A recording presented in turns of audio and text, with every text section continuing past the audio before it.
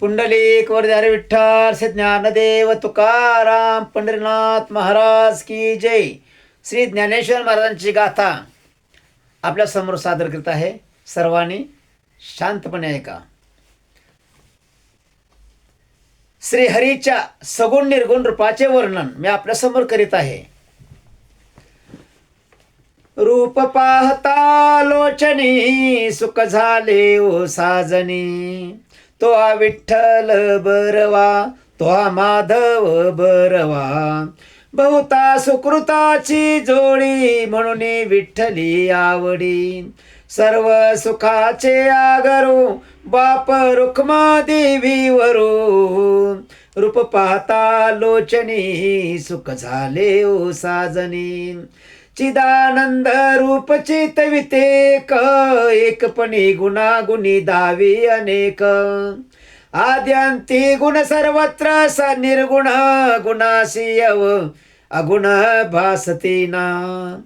कैसे झाले अरूपी गुणी गुणवृत्ती, सगुण पाहता अंतरले गती. बाप रुक्मा देवी वरू विठ्ठलो नंदनंदनो.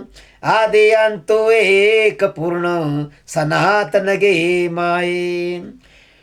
मन मुरडून डोळा लिहिले, काळेपणे मिरवले रूप त्याचे. बरवे रूप काळे अमोलिक, म्हणून या सांगत असे शुद्ध भावे. रुक्मा देवी वर वागाद काळे, म्हणून सर्वत्र अर्पेले. हरपले सत्ता मुराले वासना, सोवळ्या सावळ्याशे नैना दिसतसे. काय करो माय सावळा श्रीकृष्ण, सांगितला प्रश्न निवृत्तीने. बाप रुक्मा देवी वरू सावळे तेज, शेज भाज निज कृष्ण सुखे. नवल देखिले कृष्ण रूपी बिंब, सावळे स्वयंभ मूर्ती हरीची. मन निवाले बिंबले समाधान, झाले कृष्ण रूपे बोधले मन माझे. बाप रुक्मा देवी वरो सावळा सर्व घटी. चित्ते चैतन्य मिटी घालिता खेऊ. सुंदर सुरेख बोतिले परब्रह्म तेज फाकले.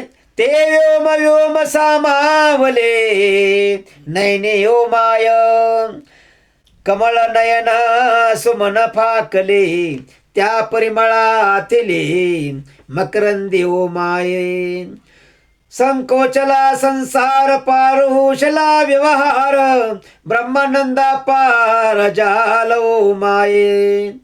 मधुर वेदवाने न पवे ज्याच्या गुणी, ते ठकावले निर्वाणी नेती मुखे उमाय.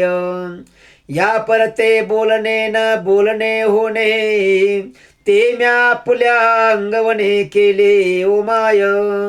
ऐशिया ते ओटी लागले तयाचे पाठी, रुक्मा देवी वरा भेटी विठ्ठली उमाय.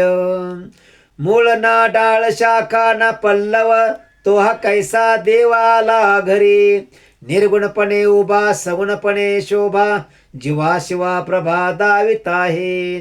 नकळे याची गती नकळे याची लीला, आपी आप सोहळा भोगितसे.